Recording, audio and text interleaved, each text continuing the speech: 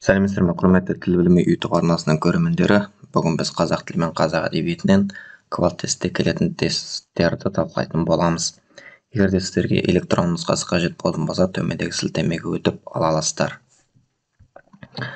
Сонымен бір немесе бірнеше дұрыс жауабы бар тапсырмалар дейді. Біріншісі сандар және тырнақшалар. 18-19 буынды өлең жазып, қазақ өлең құрылысына жаңалық енгізген ақын Төлеген Айбергенов. Аттандық ұлығының қонысына, елді сорған борсықтай болысына, көберлер қаза тапты жауға аттанып көксеген азаттың соғысында.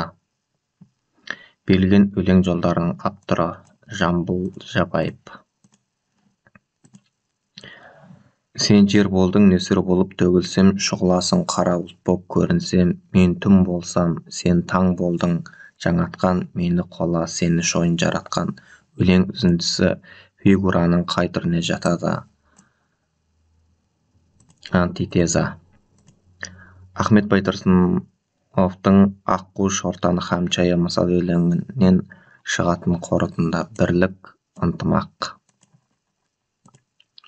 Ахмет Яссауидің кесенесі орналасқан қала? Түркістан.